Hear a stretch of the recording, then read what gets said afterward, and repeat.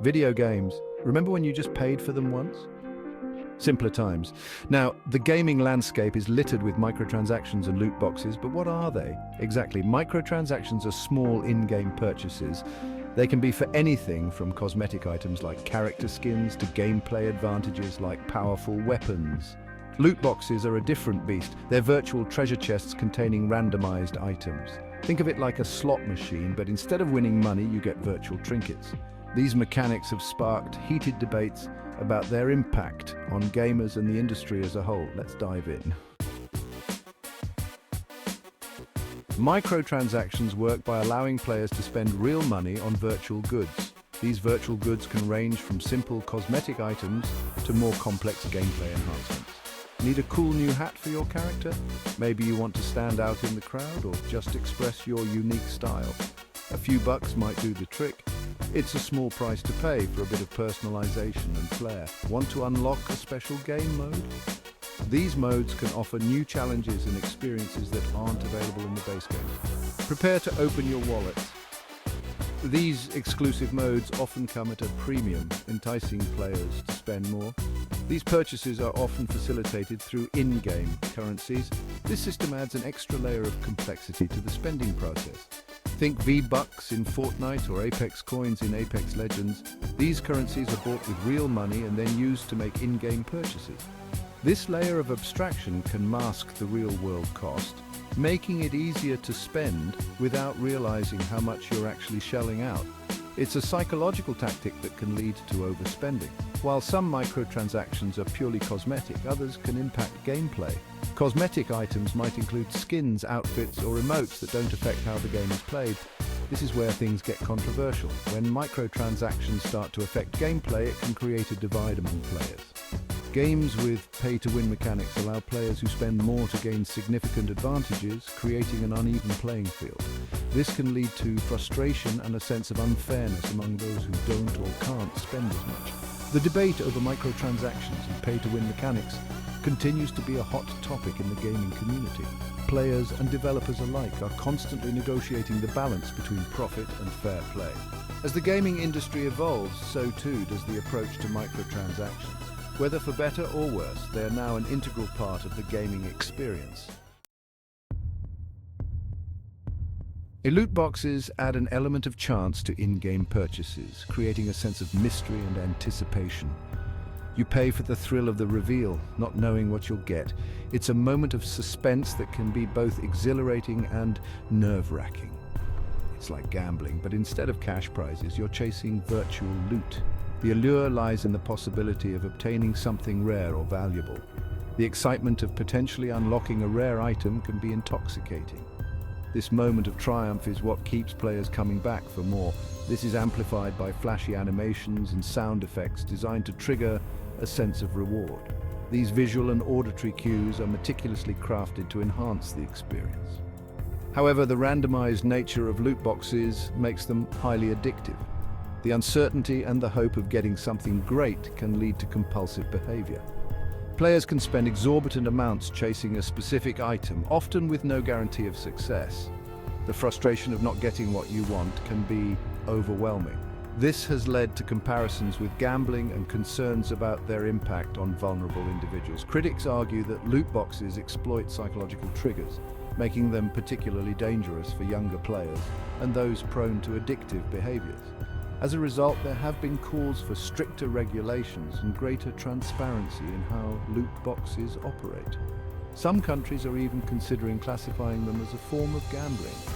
Despite the controversy, many players continue to enjoy the thrill of unboxing, sharing their experiences and big wins online. The debate over loot boxes is far from over as the gaming community grapples with their impact on both the industry and its players. For game developers, microtransactions and loot boxes represent a significant revenue stream.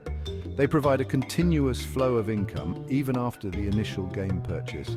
This model, known as games as a service, has become increasingly popular. Instead of one-time purchases, games are now platforms for ongoing monetization. While this can lead to cheaper or even free-to-play games up front, it raises concerns about predatory practices. Developers may be incentivized to design games that encourage spending even if it detracts from the overall player experience. Section 5, the impact on gamers' addiction, debt, and a sense of unfairness. These issues are becoming increasingly prevalent in the gaming community. The impact of microtransactions and loot boxes on gamers is multifaceted. They can affect players in ways that are both visible and hidden. On the one hand, they can provide a sense of progression and personalization. Players often feel a sense of achievement when they unlock new items. Unlocking a new skin or item can be satisfying, enhancing the overall enjoyment of the game. This sense of reward can be a powerful motivator. However, the potential for addiction is a serious concern. The line between enjoyment and compulsion can be thin. The thrill of the chase and the fear of missing out, or FOMO, can lead to compulsive spending, sometimes with devastating consequences. Gamers may find themselves spending more than they can afford.